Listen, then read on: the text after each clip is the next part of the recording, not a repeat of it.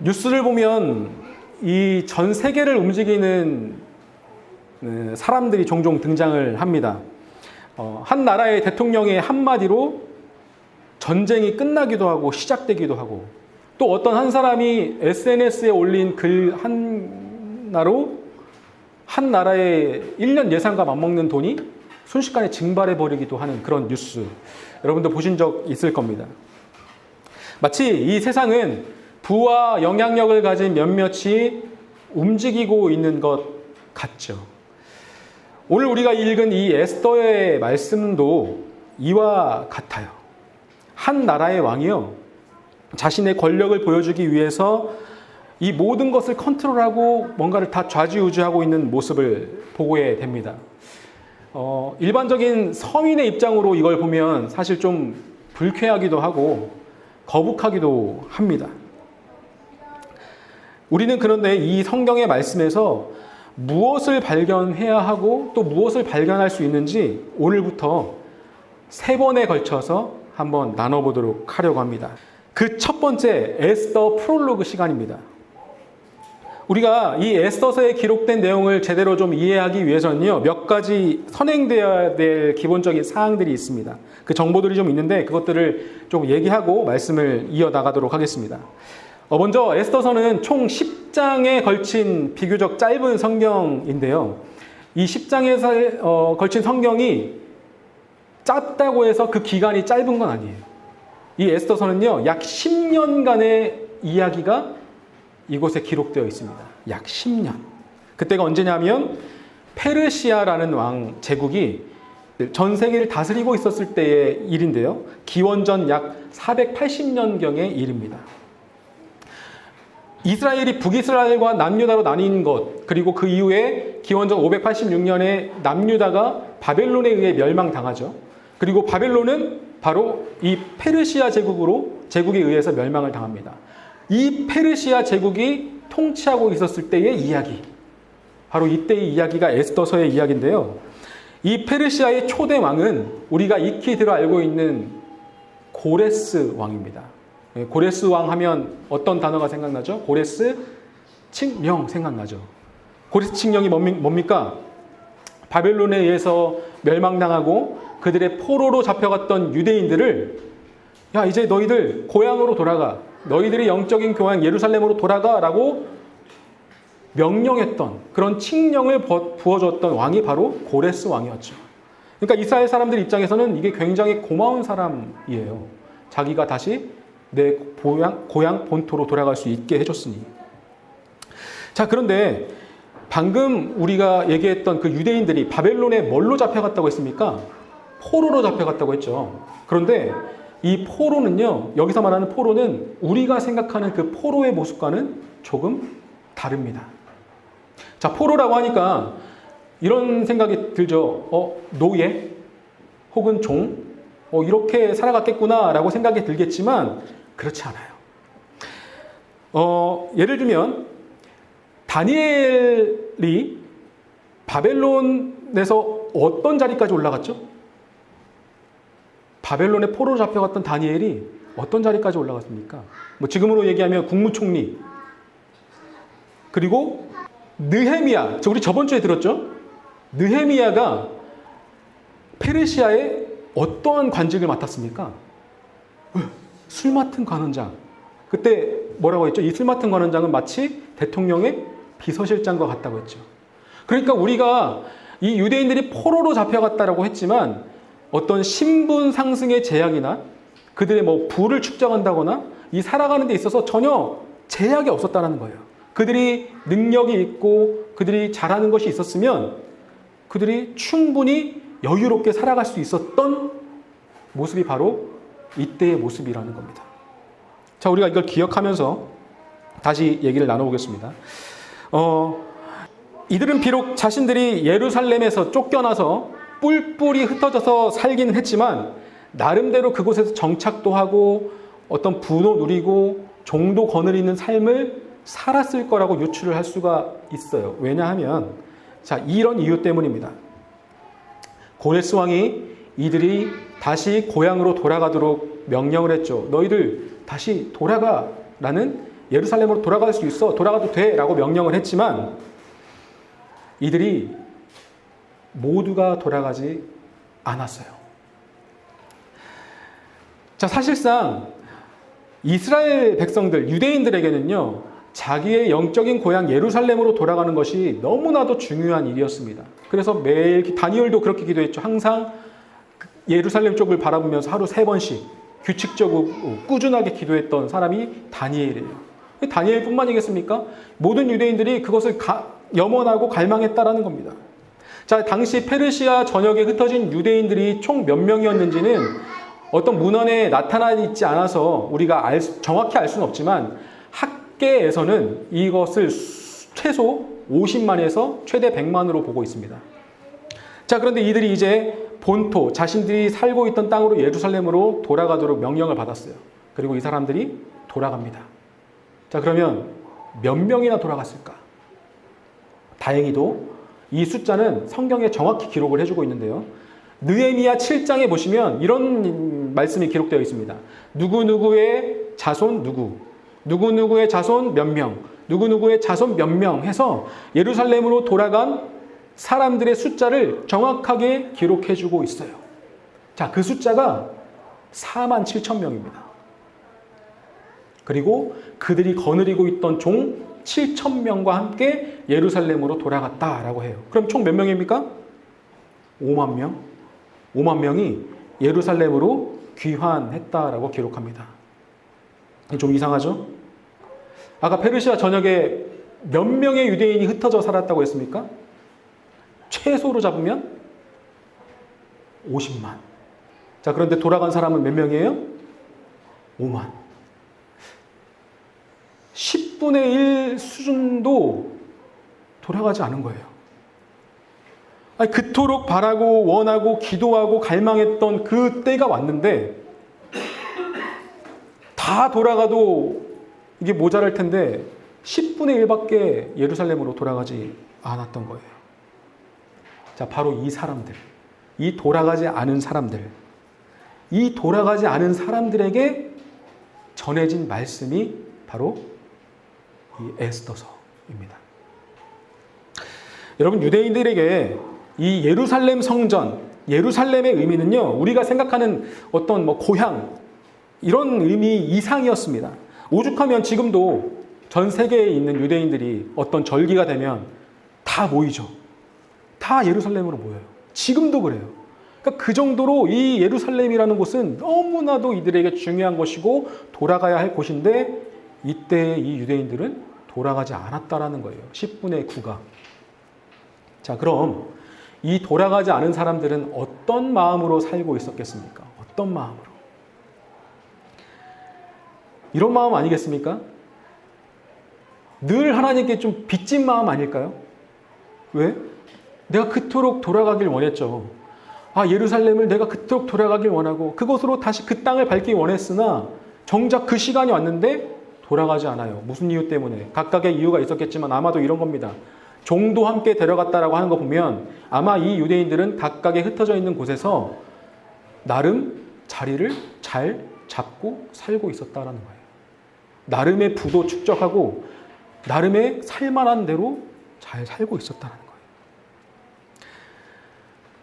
이들이 바라고 원했던 그 기도의 제목대로 하나님께서 응답해 주셨는데 이들 스스로가 그것을 회피해버린 이 사람들.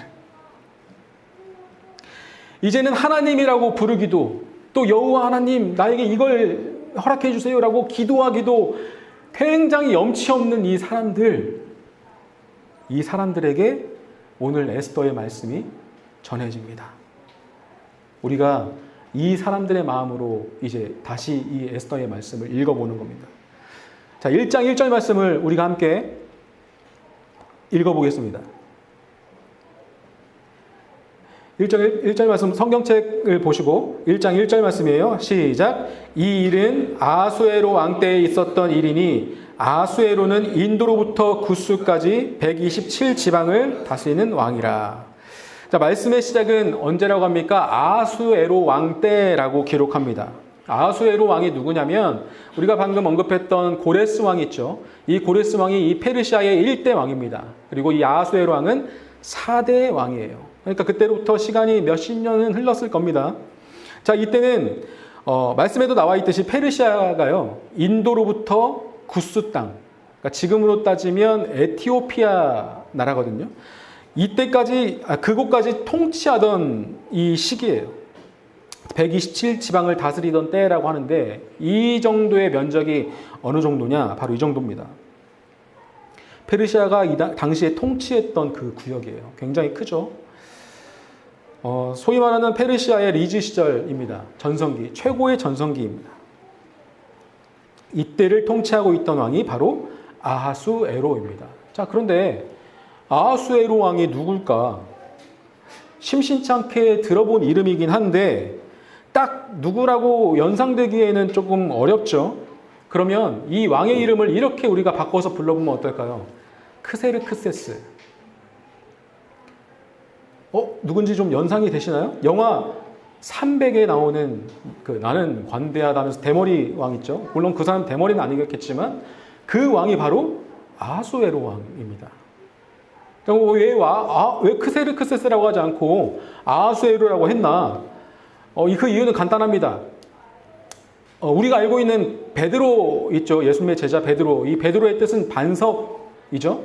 반석인데 이 같은 뜻을 가진 아람어, 이 당시 유대인이 쓰던 아람어로 얘기하면 게바라고 합니다. 그러니까 예수님이 처음에 베드로를 불러서 그에게 이름을 주었을 때 뭐라고 했습니까? 너의 이름은 게바라고 했죠. 그러니까 이 말인 즉슨 같은 뜻을 가진 단어를 가지고 헬라식으로 표기하면 베드로, 유대식으로 표기하면 게바라는 거예요. 마찬가지입니다. 크세르크세스를 이 당시 유대인들이 사용하던 언어로 표기하면 아하수에로, 헬라식으로 표기하면 크세르크세스라는 거예요. 자, 그러니까 당연히 이 기록된 것이 아하수에로 왕이라고 하니 당연히 이 성경은 이 당시 유대인에게 전해진 성경이라고 우리가 간주할 수 있겠죠. 자, 계속 말씀을 읽어보도록 하겠습니다. 2절에서 4절 말씀입니다. 함께 읽겠습니다. 당시에 아하수에로 왕이 수상궁에서 즉위하고 왕위에 있은 지 제3년에 그의 모든 지방관과 신하들을 위하여 잔치를 베푸니 바사와 메대의 장수와 각 지방의 귀족과 지방관들이 다 왕 앞에 있는지라. 왕이 여러 날 곧 180일 동안에 그의 영화로운 나라의 부함과 위엄의 혁혁함을 나타내리라. 자, 아하수에로 왕이 이 나라를 다스린 지 3년째 되던 해에 어떤 일이 있었습니까? 모든 지방관과 신하들과 또 총독들, 이 장수들, 귀족들을요, 다 왕궁으로 초대하는 거예요. 그리고 뭘 열었다고 합니까? 잔치를 열었다고 하죠. 이 잔치가 며칠 동안 지속됐다고 합니까? 180일. 6개월 동안 이 잔치가 지속됩니다. 자, 여기서 우리가 잔치라고 하니까 막 먹고 마시고 떠들고 막 화려한 어떤 페스티벌이 생각이 나죠. 그런데 여러분, 여기서 말하는 이 잔치는요, 이런 파티와 같은 모습이라기보다는 군사 개편에 가까운 모습이었습니다. 무슨 말이냐면 아하수에로 왕의 아버지였던 다리우스 왕이요, 그리스와의 전쟁에서 패배를 합니다. 그러니까 사실 이 당시 페르시아의 이 면적을 보면 절대 패배할 수 있는 그런 규모가 아니거든요. 무조건 이겼어야 되는 전투인데 거기서 이상하게 패배를 하고 난 뒤에 왕으로서 폐위가 되고 아하수에로 왕이 새롭게 페르시아 왕이 되는 거예요. 그러니까 이 아들로서는 뭐예요? 이거에 대한 복수를 해야 되는 거예요. 그래서 새롭게 군사를 개편하고 이 조직도를 새롭게 신설하는 그런 잔치였다라는 겁니다. 그러니까 오늘날로 말하면 정권이 바뀌고 대통령이 참모총장, 각군의 참모총장을 새로 세우고 대장급 장교들을 새로 세우는 그런 일이 바로 지금 이 순간의 일이라는 겁니다. 이것을 180일 동안 계속하고 있는 거예요. 자, 그러니까 이때의 이 아하수에로 왕의 권력이 세워져야 되고요. 위엄이 드러나야 되고요. 아하수에로 왕이 왕으로서 어떤 통치력을 보여줘야 되는 그런 딱 그 시기, 6개월의 그 시기인 거예요. 그런데 이때 무슨 일이 일어나냐면 정말 이상한 일이 하나 일어납니다. 10절에서 12절 말씀 우리가 함께 읽어보겠습니다. 제7일에 왕의 주응이 일어나서 어전넷이 무만과 비스다와 하르보나와 빅다와 아박다와 세달과 가르가스 7사람을 명령하여 왕후 와스디를 청하여 왕후의 관을 정제하고 왕 앞으로 나아가고 그의 아름다움을 뭇 백성과 지방관들에게 보이게 하라 하니 이는 왕후의 용모가 보기에 좋음이라. 그러나 왕후 와스디는 내시가 전하는 왕명을 따르기를 싫어하니 왕이 진노하여 마음속이 불붙는 듯 하더라. 여러분, 지금 이 잔치가 어떤 잔치라고 했습니까? 군사를 개편하고 새롭게 장군들을 임명하고 그렇게 하면서 아하수에로 왕의 권위를 다지는 그런 시간이에요. 그런데 왕의 부인인 와스디가 나오라고 하는데 나오지 않아요. 평소 같으면 당연히 남편이 아내를 부르거나 아내가 남편을 불러도 잠깐만 와봐 라고 하는 이 순간에 오질 않아요. 왕의 권위가 세워져야 하는 시점에 자기 아내조차도 자신의 명령을 거부하니 이 왕이 너무 열이 받은 거예요. 그래서 그 즉시 왕후 와스디를 왕후의 자리에서 폐위시킵니다. 그리고 이후에 새롭게 왕비가 한 사람 세워지는데 그 사람이 누구입니까? 우리는 알죠? 이 성경의 제목 에스더. 그렇게 세워진 왕비가 바로 에스더입니다. 여러분, 이 에스더가 왕비로 어떻게 뽑혔냐면요, 이렇게 뽑혔습니다. 제가 읽어드릴게요. 전국 각 지방에 관리를 명령하여 아리따운 처녀를 다 도성 수산으로 모아 후궁으로 들여 궁녀를 주관하는 넷이 해계의 손에 맡겨 그 몸을 정결하게 하는 물품을 주게 하시고 왕의 눈에 아름다운 처녀를 와스디 대신 왕으로 삼으소서 하니 왕이 그 말을 좋게 여겨 그대로 행하니라. 뭐예요?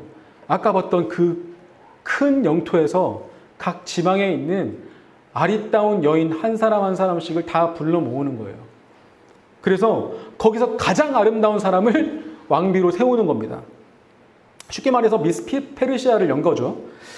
자, 이 국가에서 이런 방식으로 왕비를 뽑은 적은 단 한 번도 없던 일입니다.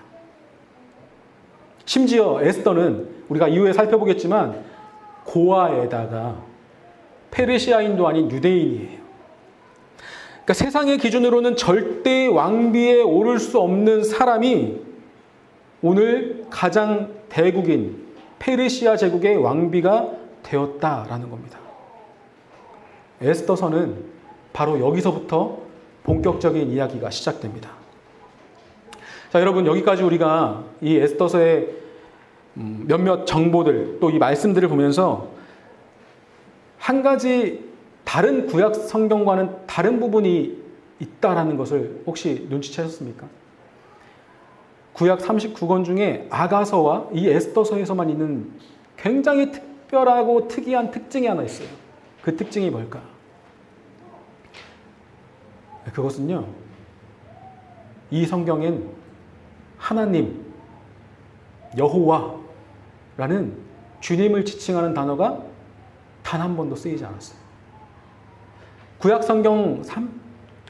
모든 구약 성경 중에 하나님이라는 단어가 없는 성경은 아가서와 함께 유일한 성경이 바로 에스더입니다.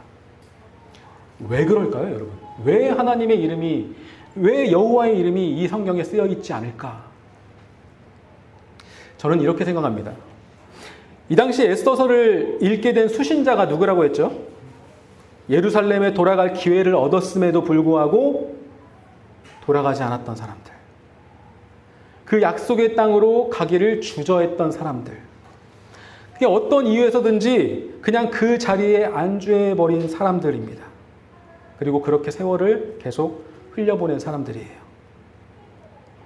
때문에 이들은 더 이상 자신의 삶에서 하나님을 부를 용기도 염치도 없는 사람들이었을 겁니다. 이들에게 이 에스더서는 말하는 거예요.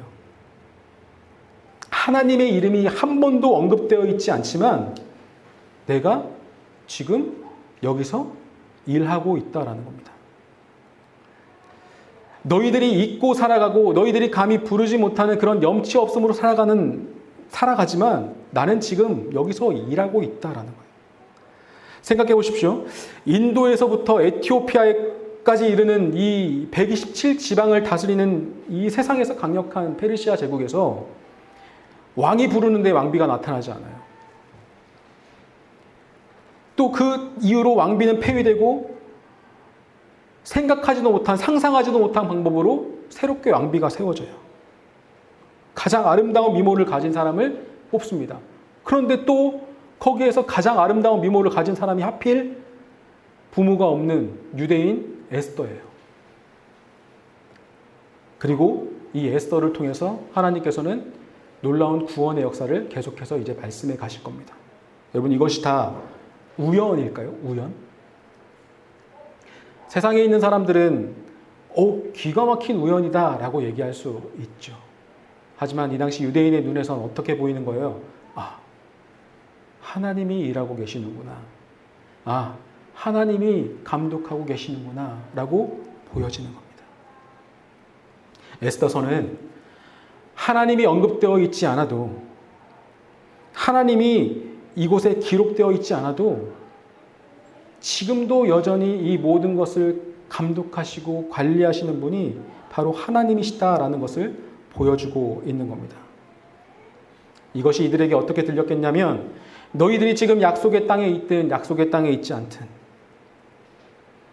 너희들의 삶은 여전히 하나님의 그 주권 아래에 있다라고 얘기하고 있는 겁니다. 이 에스더서가 당시 유대인들에게 얼마나 많은 위로가 되었을까, 그리고 얼마나 그 빚지고 죄스러운 마음을 녹여줬을까 생각하면 참 감사하지 않을 수가 없습니다. 앞으로 우리가 이 에스더서의 말씀을 나누는 이유도 이와 같습니다.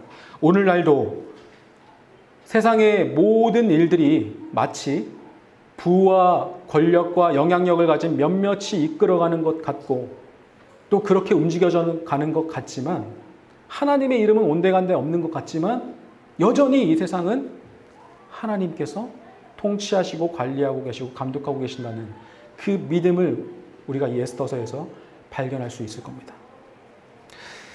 말씀을 좀 정리하겠습니다. 오늘날을 살아가는 우리에게 가장 필요한 것이 바로 이런 것이 아닐까 싶습니다. 이 모든 것을 주관하시는 하나님을 믿는 믿음. 현대를 살아가는 우리들의 이 모습이요, 마치 이 당시 예루살렘으로 돌아가지 않은 사람들의 모습과 좀 비슷하다고 생각합니다. 왜냐하면 굳이 하나님을 찾지 않아도 돼요. 굳이 하나님을 부르짖지 않아도 돼요. 굳이 기도하지 않아도 돼요. 왜? 넉넉하거든요. 문제가 생기고 상황이 터지면 내가 해결할 수 있는 능력과 돈이 있거든요. 그래서 어느 순간부터는 삶에서 하나님을 잊고 살 때가 많은 것이 바로 우리의 모습입니다. 그래서 그렇게 살다 보니 이제는 교회에 와서 어디서든 하나님에 대해서 말하고 하나님의 인도에 대해서 얘기하는 것이 좀 죄스럽고 빚진 마음이 있어요. 부끄럽기도 해요. 예전 부족하고 그렇게 어려울 때는 하나님께 내가 그렇게 매달렸는데 이제 먹고 살만해지니 더 이상 하나님을 찾지 않는 내 모습이 너무 부끄러운 거죠. 비슷하지 않나요? 이런 삶을 살아갔던 당시 유대인들과 오늘날의 우리들에게 에스더서는 말합니다. 세상의 모든 일은 가진 자의 어떠한 것으로 이루어지는 것이 아니라, 너의 어떠한 때문에 이루어지지 않는 것이 아니라 지금도 여전히 나는 이 온 세상 만물을 감독하고 있고 통치하고 있다라는 것이 바로 우리가 에스더서를 통해 볼 수 있는 은혜입니다. 오늘 우리가 찬양 하나를 부를 거예요. 이 찬양은요, 이런 고백입니다. 모든 것을 주관하시는 하나님이라는 고백이에요. 주님은 위대하신 분이라는 고백이에요. 주님은 하늘의 별들도 다 세시는 주님입니다 라는 고백입니다. 우리가 평소에 고백하지 못한 하나님을 찬양하는 이 고백이 우리의 예배 중에 고백으로 들려졌으면 좋겠습니다. 우리가 할 수 있는 건 많죠. 우리가 가진 것으로 해결할 수 있는 건 많죠. 하지만 그 이상에 있는 하나님의 주권적 통치를 우리가 신뢰하고 믿음을 가지고 우리가 이 찬양을 고백했으면 좋겠습니다. 사랑하는 하나님, 세상은 하나님이 없다 얘기해도, 하나님이 마치 없는 것처럼 보여도 여전히 이 온 세상은 하나님의 주권적인 통치 아래에 있음을 믿음으로 고백합니다.